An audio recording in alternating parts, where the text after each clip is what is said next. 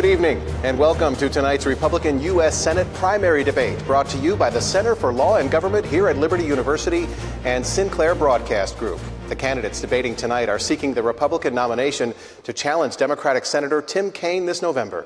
We are coming to you live from the beautiful concert hall at the Center for Music and the Worship Arts. I'm Len Stevens, Executive Director of External Communications at Liberty University. And I am Mark Spain, anchor at ABC 13 News right here in Lynchburg. Thank you for being with us. Now, before we introduce our candidates, let's go over the rules for tonight's debate. We will begin with opening statements and then get to our questions and each answer. Each candidate will have 1 minute to answer each question. Each candidate also has up to 4 opportunities tonight for a 30-second rebuttal to be taken at any time. All answers and rebuttals will be timed, and we have asked our candidates to please be careful not to go over their time. Candidates may use multiple rebuttals on a single question, but may not stack them and may not use a rebuttal to interrupt another candidate. Our candidates' positions on stage and their order of introduction, answers, and closing statements were all determined randomly. The questions being asked tonight have been discussed only among your moderators, Mark and me. This is a Republican primary debate, but the Center for Law and Government wants to make it clear it is open to hosting other parties' primary debates and general election debates as well. We have asked our studio audience to refrain from applause during tonight's debate, except for 2 specific times: at the end of this event and right now, as we bring our candidates out onto the stage. Please welcome E.W. Jackson.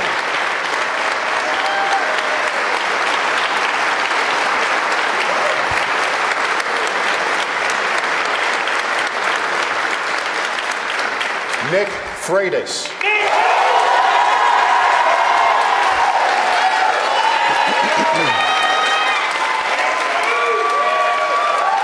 And Corey Stewart.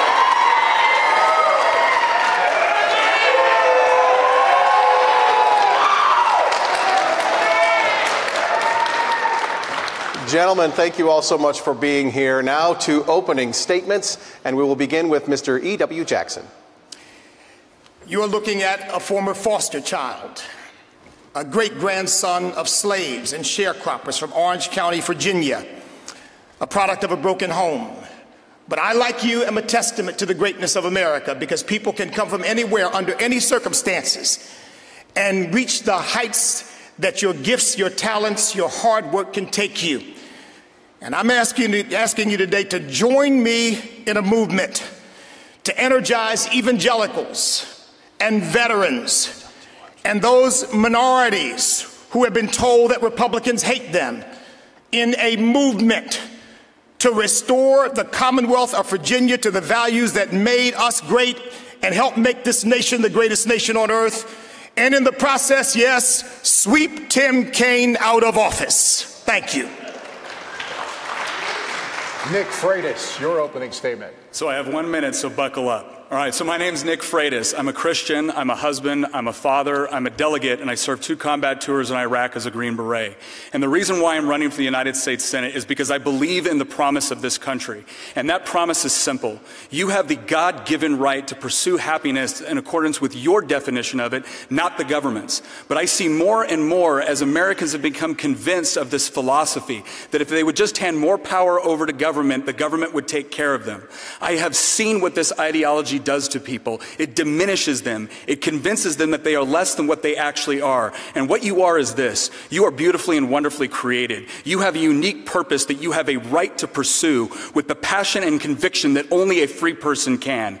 That is what I am fighting for. That's what I fought for overseas. That's what I fought for in the Virginia General Assembly. And that is what I have fought for and will fight for in the United States Senate.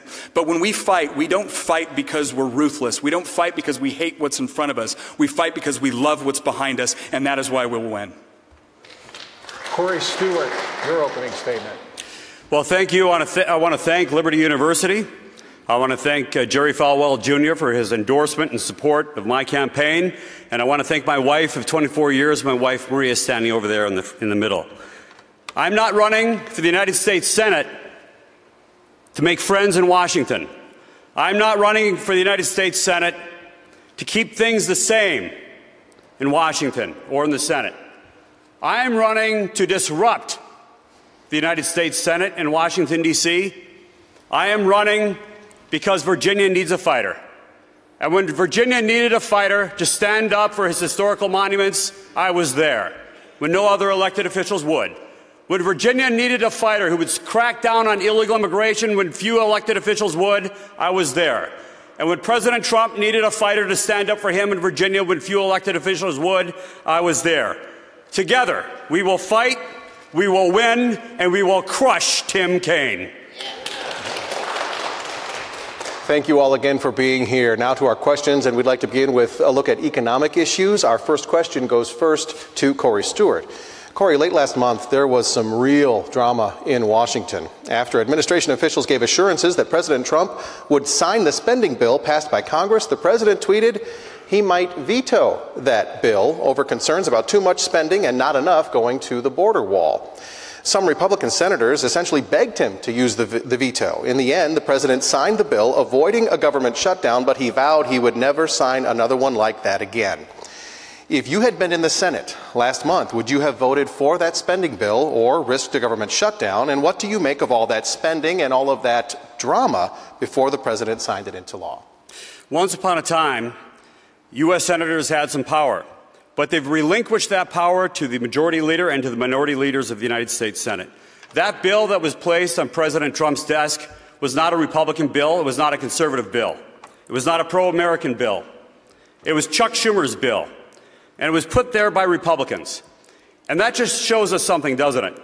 Our problems in the United States Senate, our problems in Washington, our problems in this country are not just due to the Democrats. They are, in fact, due, in large part, due to Republicans as well. Republicans who won't stand up to the left wing. Republicans who won't stand up to the mainstream media.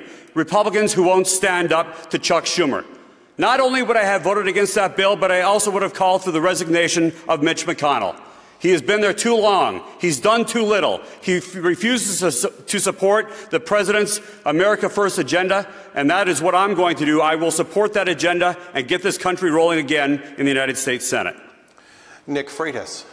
So, again, the Senate and the Congress put the president in an impossible situation. And one of the things that was so frustrating to me about that spending bill is that we promised the American people that if they sent us to Washington, if they gave us the House, if they gave us the Senate, and they gave us the presidency, we would get spending under control. And they have failed to do so. And it is a leadership problem within the House and within the Senate. And that is why leadership change is desperately needed there. We also need more people that are willing to stand and be proud of conservative principles and make the argument directly to the American people. One of the things that really frustrated me about that was the justification that was used for it was that we needed to once again reinvigorate our spending for national defense. I'm a two-time combat tour veteran. I understand why we need to support our defense, our men and women in uniform, and I appreciate the president did that. But I'm also tired of politicians using our military as a political prop for fiscal irresponsibility. Do you know what we need in order to have a strong military? A strong economy. And we need to send people to the United States Senate that are willing to make that argument and fight for fiscal responsibility. Thank you. E.W. Jackson. Well, I'm 66 years old. I know I don't look a day over 65.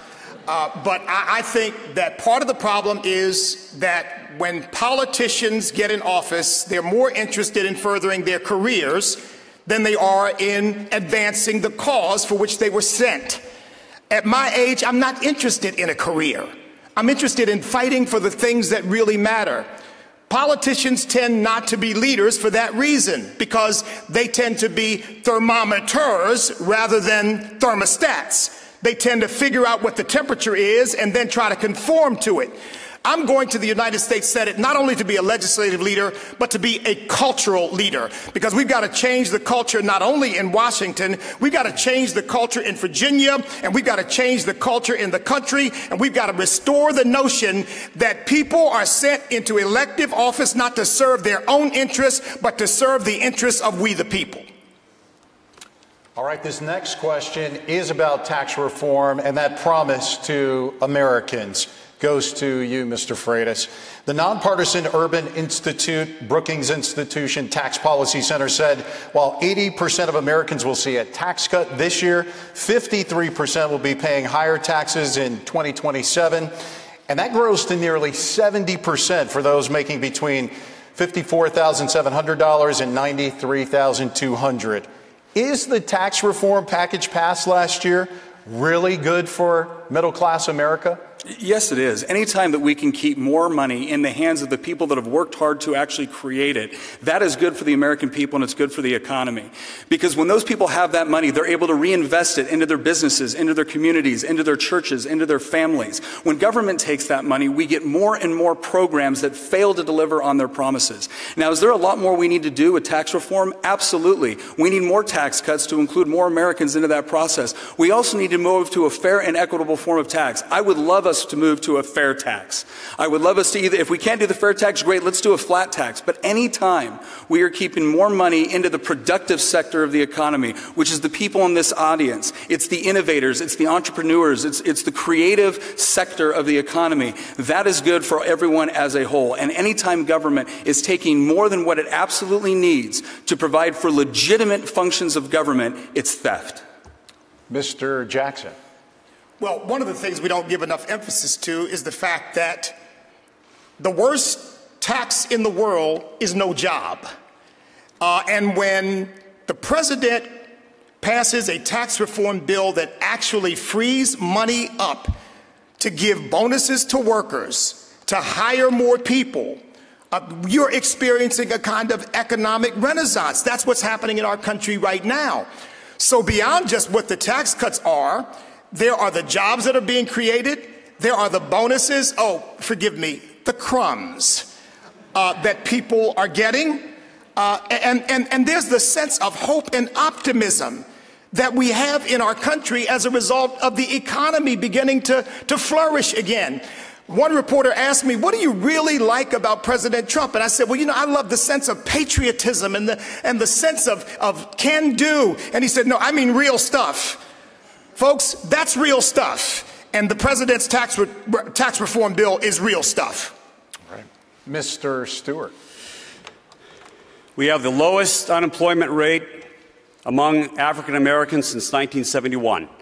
The lowest job claims, employment claims since 1971. And that is after just over a little bit over a year after President Trump came to office.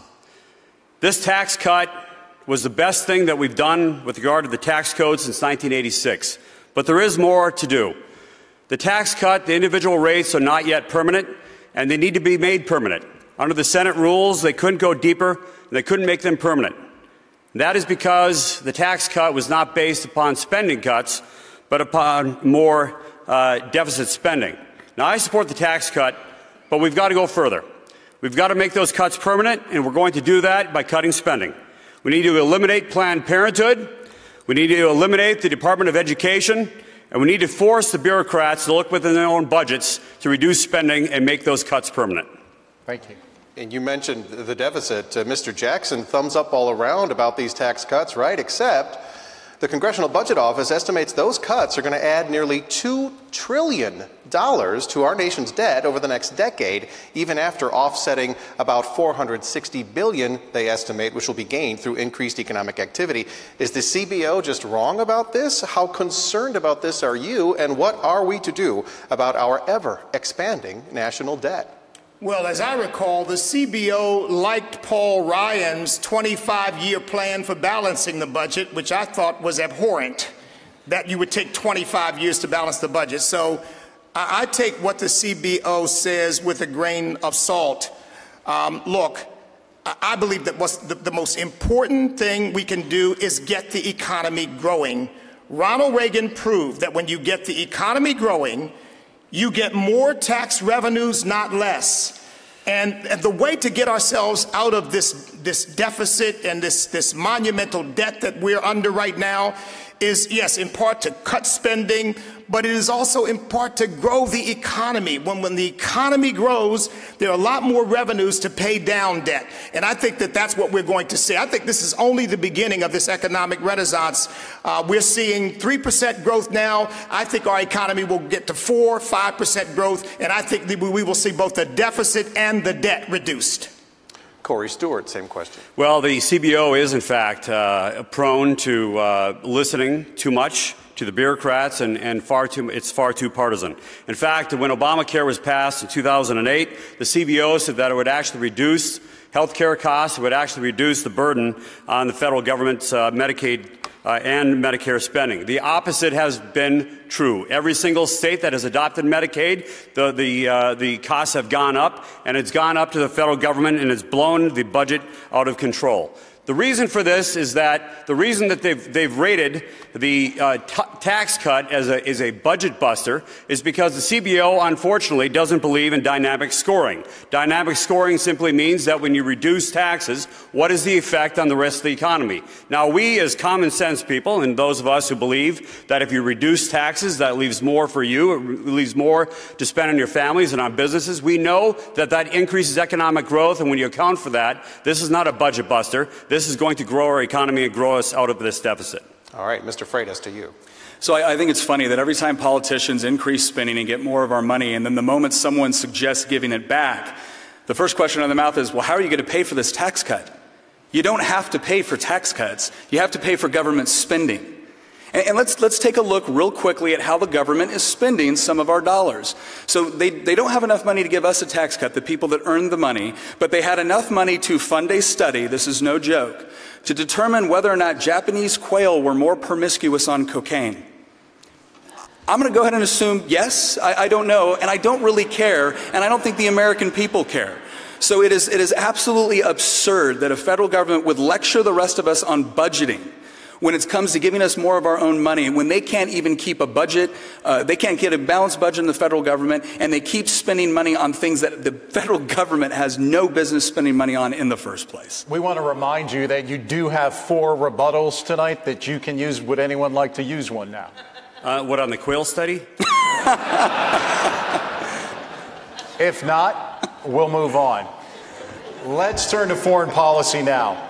Next month is the deadline for the president to extend the waiver on sanctions suspended by the Iran nuclear deal. Iran has said a U.S. withdrawal from the deal would destroy the agreement and has threatened a range of responses, including immediately restarting nuclear activities currently barred under the deal. What's the best course of action with Iran and this deal? And the question goes to you, Mr. Jackson, first. Well, I think the President of the United States has the right idea, because the first thing we have to do is bring an absolute end to the vacillation and weakness and uncertainty and unreal fictional red lines drawn by the former administration. And the President is letting the world know that America is no longer to be trifled with, that we say what we mean and we mean what we say.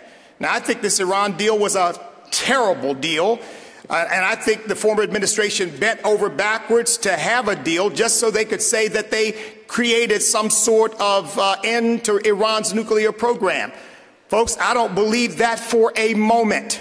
I believe that Iran fully intends to go nuclear, and I think that the President of the United States has to demonstrate the resolve that says we will simply not allow it to happen, and if stopping this deal is the way to do it, if he decides that, I support it. Mr. Freitas. So again, I think we need to understand that I don't believe that the Iranians ever stopped pursuing nuclear weapons. Donald Trump has had to make up for 8 years of Barack Obama going around the world and projecting weakness. I've served in this part of the world, and I can tell you right now, you do not convince dictatorial regimes that you are serious by drawing red lines in the sand and then never doing anything about it when they're crossed. You do not project strength when you are constantly apologizing for the United States. So Donald Trump has gone a long way in ensuring that when we engage with foreign countries, they understand that the United States government means what it says and will follow through on its promises. Now, one of the things I think we also need to understand about this particular nuclear deal is that this put the United States in a position to actually punish allies that we have in that region, like Israel. All for what? Again, does anyone believe that the Iranians actually stopped pursuing nuclear weapons? So again, project power, but yes, I think we need to pull out of that deal altogether and go back to the drawing table. Mr. Stewart. Well, you know, it's a funny thing about dictators. You can't trust them, and the only thing they understand is strength. That is it. When President Clinton struck a dirty deal with the North Koreans in the 1990s, they said they would give up the nuclear weapons program.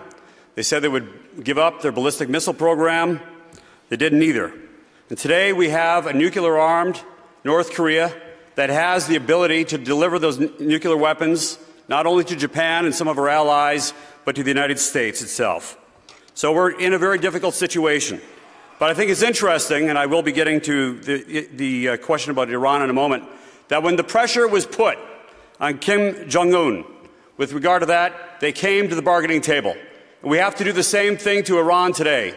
We have to put that pressure on, and one of the things we have to do with regard to that is make America's military strong again and rebuild our 355-ship Navy that President Trump has planned, and I will be supporting that. All right. Thank you. Thank you, gentlemen. If no rebuttals, we are going to take a quick break.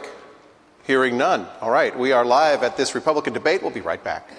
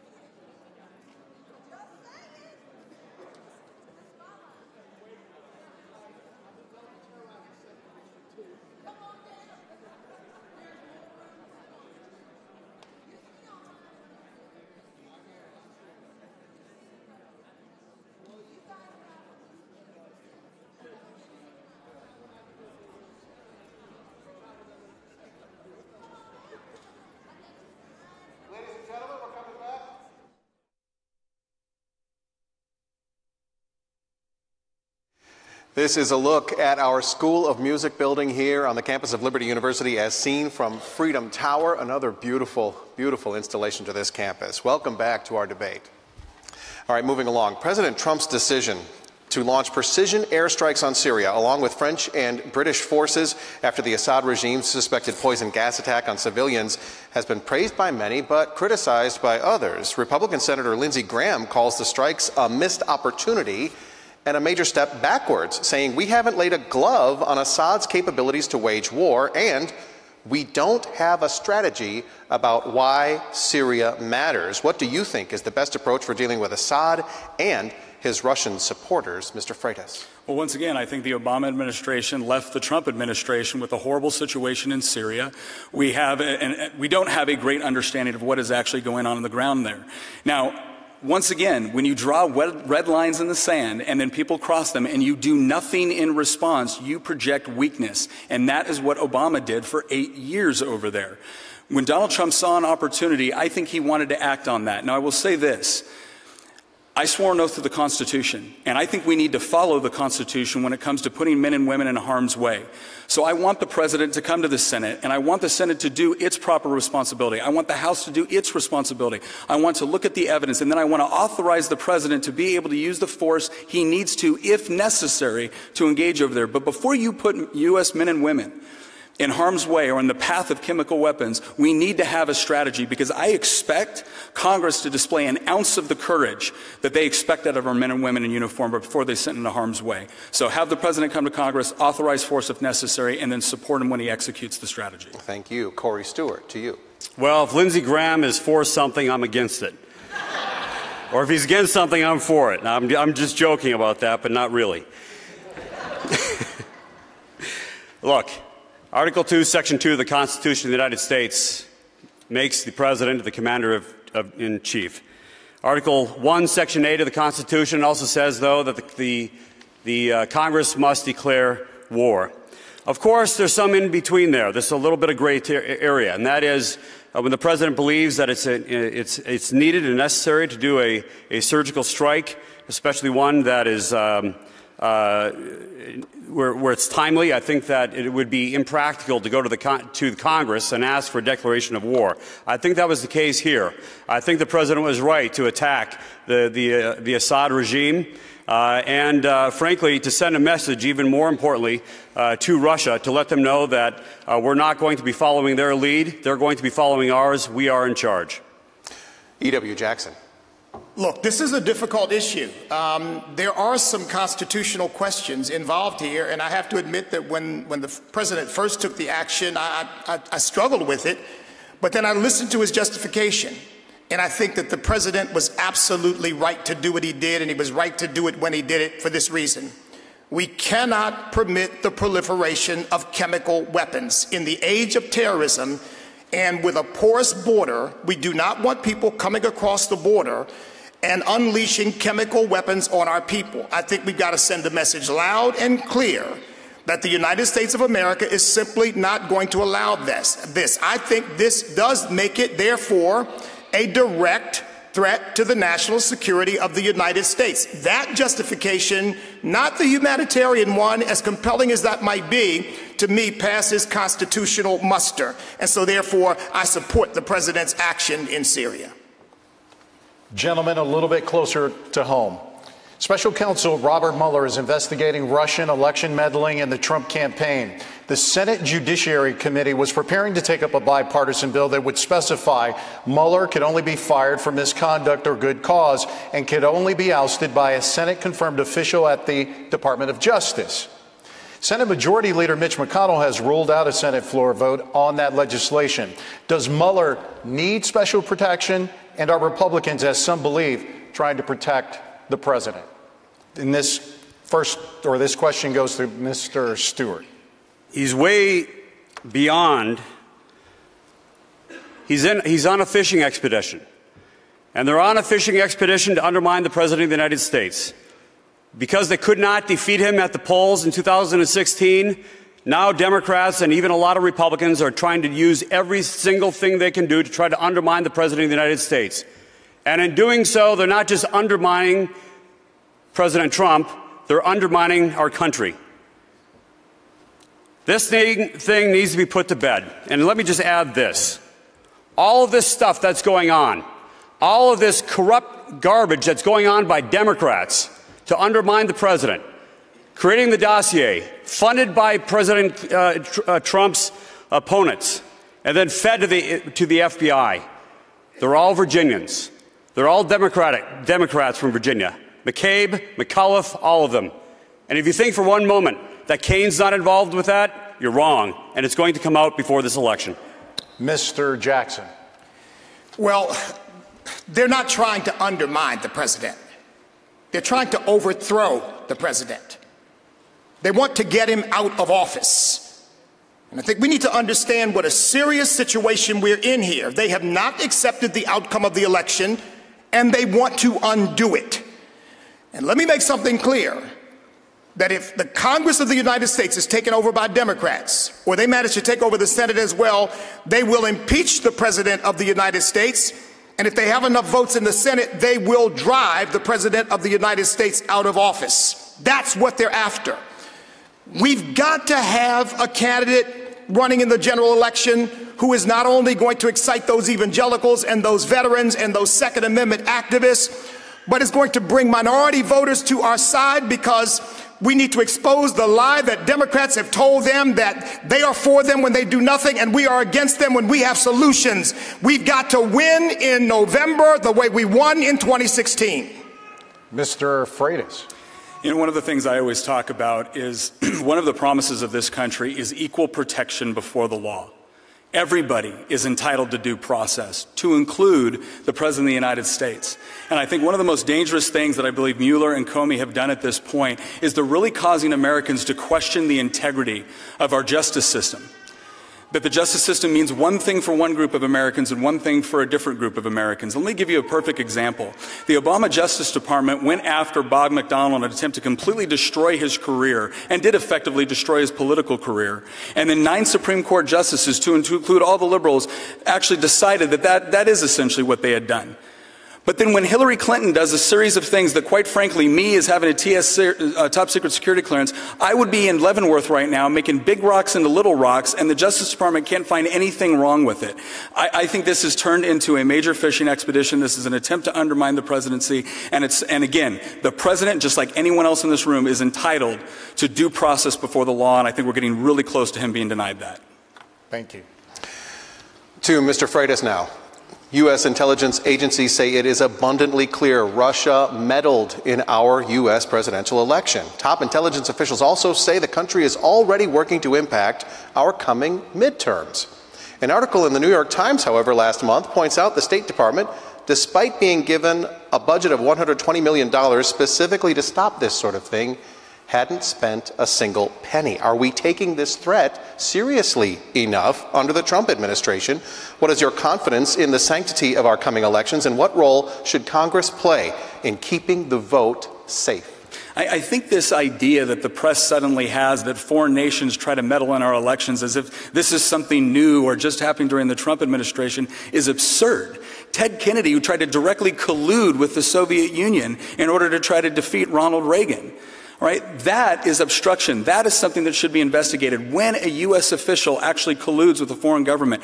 And yes, the State Department should try to push back against any sort of foreign meddling in our elections. But let's not pretend that this is new or something unique that has tried to happen. Foreign governments have always tried to meddle in our elections. That's why we need to be free, open, and transparent in everything we do. It's also one of the reasons why we need to protect the integrity of our elections. But every time we do try to protect the vote, every time we do try to come up with the most simplest and common sense methods to ensure that the only people that are truly deciding our elections are American citizens, the Democrats are right there to thwart every single effort that we make. And they call us racists in the process. So if they're really serious about protecting the integrity of U.S. elections, then protect the integrity of the ballot box. Does anyone want to use their rebuttals? Hearing no? Moving on to the next question. Actually, we're going to go to Mr. Jackson now on this same question here, the topic of protecting the vote. Well, I find it ironic that people who believe that somehow a voter ID is a racist idea intended to deny minorities the opportunity to vote, which I find in and of itself racist and condescending, because what they're really saying is that Americans of European descent can manage to have an ID so they can vote, but somehow Americans of African descent or some other ethnic minority, somehow they can't quite figure it out. I've never had any problem figuring out how to get an ID. I mean, it's preposterous on its face. And yet these are the people who now want to tell us about Russia meddling in the election. Now look, we ought to take that seriously, yes. But I don't want to hear that from Hillary Clinton when she was busy selling our uranium mines to a foreign country so that she could enrich herself. I'll leave that to this president. I'm sure that he will get to the bottom of it and do what's necessary to protect the integrity of our electoral process. Thank you. Mr. Stewart. So in Virginia, we have a real problem. There's no question whatsoever that there was voter fraud occurring in the Commonwealth of Virginia in 2017 and probably before that. There is no requirement to demonstrate that you're a citizen of the United States before you register to vote. In fact, we know the Democrats, one of the things they've been doing in Northern Virginia in particular, and in my county, and that is that they've been requesting absentee ballots. It doesn't require a signature, it requires no identification whatsoever. And I'm going to be asking President Trump to send the Department of Justice into the Commonwealth of Virginia to investigate these voting irregularities.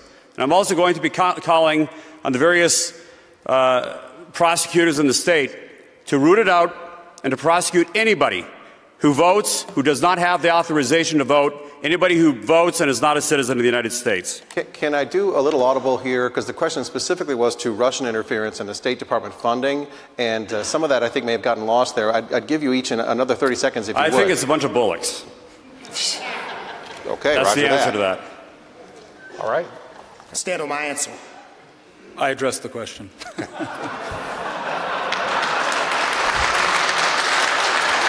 This next question goes to Mr. Jackson first. Cambridge Analytica obtained the personal data of millions. Some of that data was used to help elect President Trump. Facebook's Mark Zuckerberg was attacked by Congress. How can he sustain a business model where people don't pay? His answer, we run ads. In order to prevent companies from the possible dangerous and unethical use of advancing technologies, is it time for greater regulations, and what do those regulations need to look like? Well, every time I hear the word regulation, I think of Ronald Reagan saying, the first impulse of liberals is, if it moves, regulate it. And that's really not the answer. I think the answer is always more free market possibilities and opportunities for people to get involved. I know these companies seem large and they seem absolutely unassailable, but sooner or later somebody comes along with an idea that ends up competing, and we've seen that again and again. There was a time when we all thought that Microsoft, there would just never be anything like it, anything to rival it. But then along came Google and along came Facebook, and there will be other technologies that will arise that will put competitive pressure on Facebook. And I think that the customers have got to speak up and got to let our voices be heard, because the biggest thing I think problem with Facebook is discriminating against conservative voices. Mr. Stewart. Yeah, I think that, look, I mean, once upon a time, I mean, the social media didn't exist. But the truth is that today it accounts for a very large and a growing percentage of our political speech in this country. And the problem, of course, with that is it's pretty much dominated by one corporation, and that's Facebook. As a result of that, then they have been, in fact, censoring conservative speech. We know that. We know that very, very well. In fact, Diamond and Silk, a couple of conservative African-American ladies, Facebook actually shut them down because they said that they were an endangerment to the community. An endangerment, perhaps, to left-wing crazy ideology, but certainly not to the community. I think it is time to sic America's antitrust investigators through the DOJ and we should pass legislation to break up Facebook and those who are trying to dominate speech and who are trying essentially to shut down conservative speech. If you want to see someone dominate and manipulate speech, hand it over to the government. Have the government start to regulate it. This is one of the core fundamental differences, I think, between the way Corey and I approach problems. I do not believe in instantly handing over power to the federal government when a private corporation or a private citizen does something that I don't like. I think competition is the way. How do you fight a bad idea? You fight it with a good idea. You don't bring in federal regulators to start to run through it and take it over. Because if you think Facebook is censoring conservative speech right now, think about what it would look like if Nancy Pelosi was regulating it, if Hillary Clinton was president. We already saw what they did with respect to 501c3s and how they used the power of the federal government to shut out conservative thought. If you hand that over to the federal government, it is going to get worse, not better. The answer is always more speech, more competition, not more government micromanagement and control. I'll use the rebuttal. Go ahead. There's a very big difference here, folks. We're not talking about the government taking over Facebook. Not at all. What I'm saying is that Facebook has become so dominant that they control an entire medium of speech, your speech. When it comes down to between the property rights of a massive corporation like Facebook versus your First Amendment rights always trump theirs. Absolutely. This is not a new thing. We've been doing this for years. First is Standard Oil, to many other corporations that have essentially had a monopoly on any industry. Mr. Freitas. You know what the First Amendment does? It protects you from the federal government coming in and regulating your speech. Well, what happens when the federal government comes in and starts regulating Facebook? And there is competition to Facebook. It's called Snapchat. It's called Twitter. It's called Instagram. It's called a number of other social media platforms. And again, Corey might not intend for the federal government to abuse its power, but if you haven't been paying attention for the last 100 years, when you give the federal government more power, it tends to abuse it. Mr. Jackson, you want to jump in? Yes. I will simply say this. If I didn't want the federal government to come in and tell Facebook that there's no such thing as 56 genders, then I don't need them to go in and tell Facebook that they need to be fair with speech. You know, the liberals came up with something called the fairness doctrine. I used to run a radio station. They came up with something called the fairness doctrine. The only problem was we found out it wasn't very fair when they got done with it, because there were certain people they didn't want to have an opportunity to be heard. So I say we need to respond to Facebook, not the federal government. All right, gentlemen, we have to take a break right now. Our debate at Liberty University will continue right after this.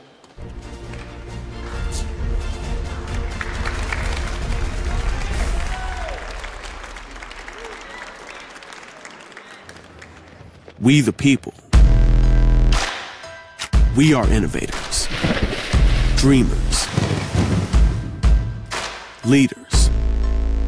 Yeah, we feel pain. We get tired, but it won't stop us. God's call is our pursuit, and we will champion His name.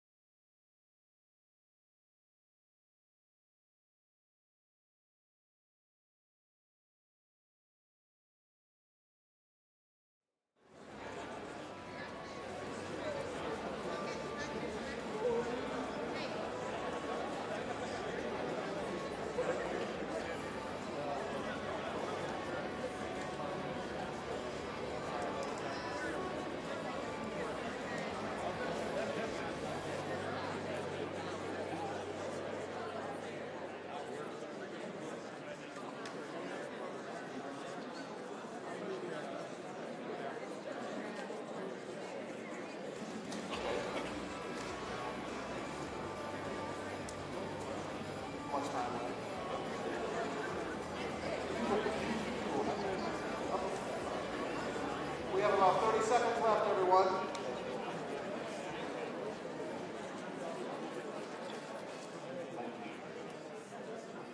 I believe so.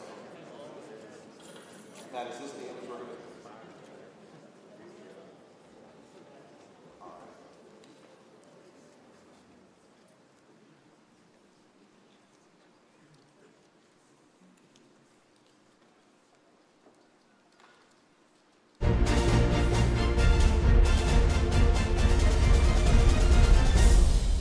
How about a beautiful look at the Blue Ridge Mountains? Is this not a wonderful, beautiful part of the country? Just look at that. Sun is starting to go down. What a great scene there. All right, let's continue our questioning. Mr. Stewart, to you on this one. This is a quick one. Do you believe in term limits for lawmakers? Why or why not? And has your opinion on that changed at all over the years? It has. I think that, look, I think in Washington, there's a serious problem. When you stop listening to the people, when you're only listening to this echo chamber inside of Washington, inside of the United States Senate in particular, I think that you grow out of touch. And I think that we should place term limits at some point. Now, one thing is you don't want to make it too short, because, you know, I've been governing the second largest locality in the state. It took me a little bit of time. It's almost 500,000 people to get in there and start making some changes, cracking down on illegal immigration, reducing taxes, reducing spending. And it takes time to be able to do those things. If you make it too short, what happens at that point is that you have the bureaucrats who have been there forever, and some of them are going to be there for 30 years or even more. If you remove an elected official after just a short period of time, you turn it over to the bureaucrats, and that's why I do believe in term limits, but it should be for a sufficient amount of time to get some things done. Okay, Mr. Freitas, same question to you. No, I do believe in term limits, and I think that my primary concern when I first considered this question was the bureaucracy, is that if we don't have elected representatives in there, is the bureaucracy going to run the country? And I started to look at more and more of our elected officials, and within the system that we have in the federal government, they look at politics as a career. And so I think career politicians equals more bureaucracy. And so if people running for elected office no longer look at it as a career, I don't think you're going to get the same level of bureaucracy. I think they will be far more willing to be able to make those necessary cuts that need to happen. But that's only one issue. I think there's a couple others with respect to how Washington does business. If you look at Virginia, we have a citizen legislature, which means we're all expected to have real jobs. It means we don't spend most of our life in Richmond. We're supposed to go back into our communities and spend time there so that we never get caught into this political bubble and lose touch with our constituents. And so I think we need to be making drastic changes with respect to not only term limits, but really looking at what we expect out of our elected representatives. I want statesmen and women. I don't want politicians. All right, same question to you, Mr. Jackson. Term limits for lawmakers. I absolutely support them. I've signed a pledge that I would both sponsor and support legislation to limit the terms of those in Congress. I think it's important. But we need to understand something, because there are people who say, well, yeah, but you're taking away my right to vote for who I want for as long as I want.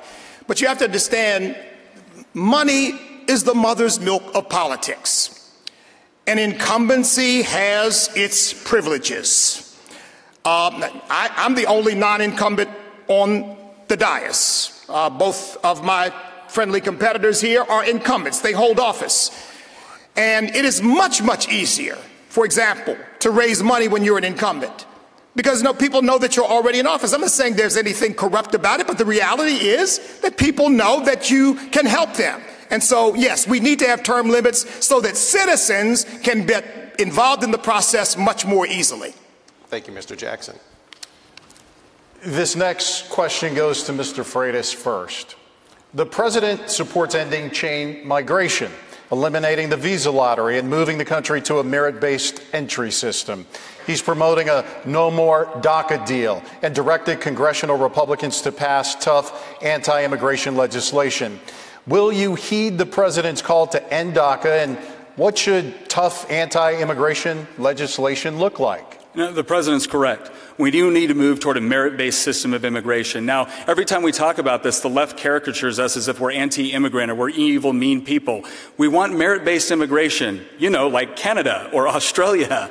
This is not that complex. It's not only better for U.S. citizens, it's actually better for immigrants as well.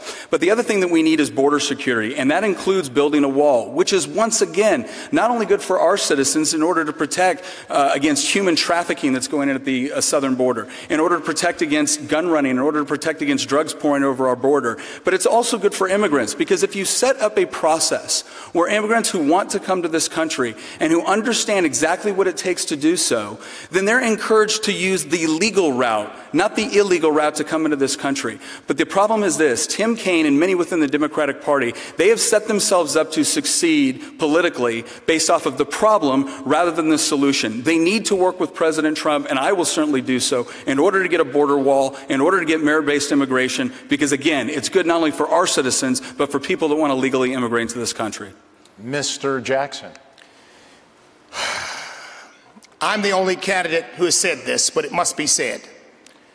I believe one of the critical things that we have to do in order to get control of our borders is we have to have an absolute ban on ever making anyone a citizen who comes into our country illegally. If you come here illegally, you may never become a citizen of the United States. Because, folks, until we do that, no matter what we say, as long as we keep making illegal immigrant citizens, eventually the word goes out that those Americans talk about illegal immigration, but once you get there, eventually you'll become a citizen. There must be an absolute ban. I will file legislation to that end. But the second thing is, I will demand that states cooperate with ICE. They must cooperate with ICE. I don't think that that's a violation of state sovereignty. I think that that is protecting our national security. Mr. Stewart. Some people will tell you anything you want to hear, like my friend Nick here. December 25th, he was interviewed by Inside Nova, and he was asked whether he would support the border wall. He said, "No, I can't quite commit to that." During the debate in Richmond, when I suggested that we should prosecute sanctuary city officials, he said he was shocked at that. He wouldn't do it, and now apparently he's backed off on that. And when I went to Culpeper to support 287G, which I put into place in Prince William County, which removes dangerous criminal illegal aliens from the community, and his local newspaper, the Culpeper newspaper, Culpeper Star, asked him what he thought of that. He said, quote, "I know what it's like when people like Corey Stewart judge you on the basis of ethnicity." We have a problem. The problem isn't just that we have Democrats and the left-wing media against what President Trump is trying to do on cracking down on illegal immigration. The problem is Republicans as well. All right, Mr. Rebuttal, yes. You know, it's interesting. I did say that with respect to what Corey Stewart says. I do support the wall, and I do support merit-based immigration. The reason why I called out the Corey Stewart campaign is because my daughter came over to me one day and asked, "Daddy, what is wrong with our last name?"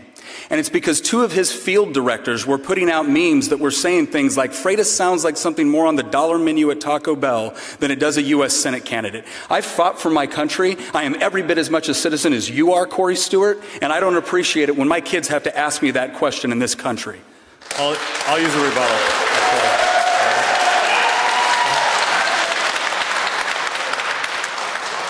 I pledged to run a vicious and ruthless race against Tim Kaine in November. You know why? Because he's going to run one against us. And if all it takes is to make a little bit of fun of your name by some supporters out there of mine, if that's all it takes to get under your skin, you got some major problems if you were ever to get this nomination. I don't think you're going to do it, but if you did, he's going to eat you up, spit you out. Mr. Jackson. Now, folks, if we're already arguing about ethnicity,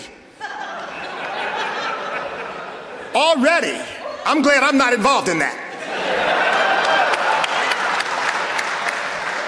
How in the world are we going to reach black and Hispanic voters who we're going to need on November the 6th in order to win? That's why I'm telling you, we've got to send a message. We operate on the basis of principle, not race. America is a great country based on principle, not a country based on race. All right, gentlemen, thank you. That concludes the question and answer segment of our debate. We now move to our closing statements. This too was determined randomly. We begin with you, Mr. Jackson. You each have a minute 15. Virginia, I believe, is the greatest state in our union because Virginia, more than any other state in this country, defined what it means to be an American and what liberty means. I mean, think about it. Patrick Henry, George Washington, Thomas Jefferson, James Madison, George Mason. And folks, the tragedy is that only 1 in 5 Americans knows that James Madison is the father of our country, of our Constitution. And only 1 in 4 college students knows that. We've got to revolutionize our culture.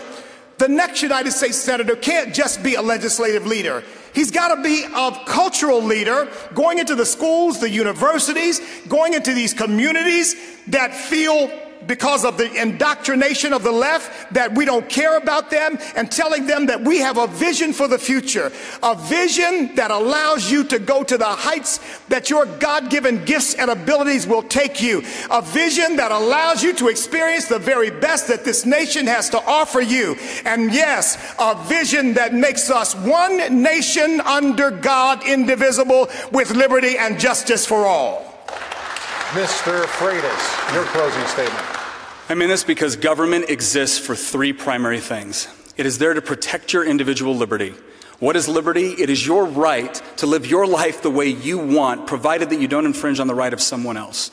It is there to protect the free market, which is nothing more than you being able to go into your community and trade your time and your talents and your creativity to better your life, your family's life, and your community's life. And it's to provide equal protection before the law.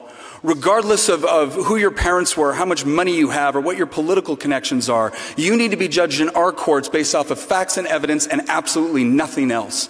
That is the promise of our country. It's what has allowed us to flourish as a people. And like I said in my opening statement, more and more I am seeing that light go out. I am seeing more and more Americans buy into this idea that the government can control their lives. And so what I am asking you to do today is not just vote. Because one thing I've learned is this, in politics and in combat, cowardice is contagious, but so is courage. And if you're willing to be the first person over those ramparts, you will be shocked at how many people will come with you. I'm asking you to come with me. I'm asking you to be a part of the generation that will restore the promise of this country and breathe new life into it. Thank you. Thank you.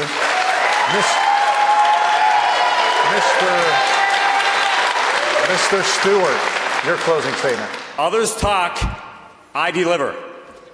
Others talk about cracking down on illegal immigration. More than 10 years ago, I led the nation's toughest crackdown on illegal immigration, handing 8,121 illegal aliens over to the federal government for deportation and counting, dropping our crime rate in half.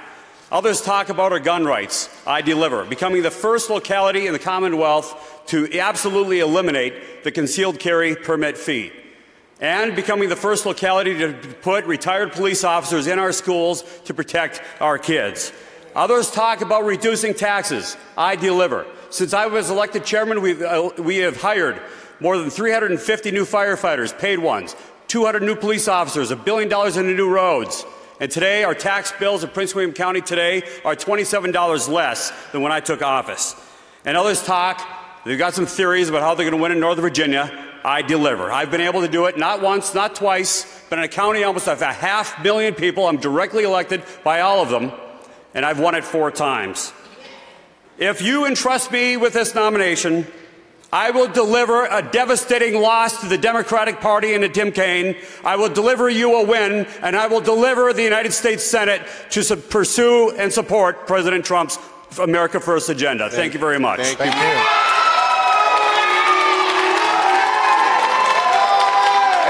Concludes tonight's Republican U.S. Senate debate. How about a round of applause now for all of our candidates up on the stage?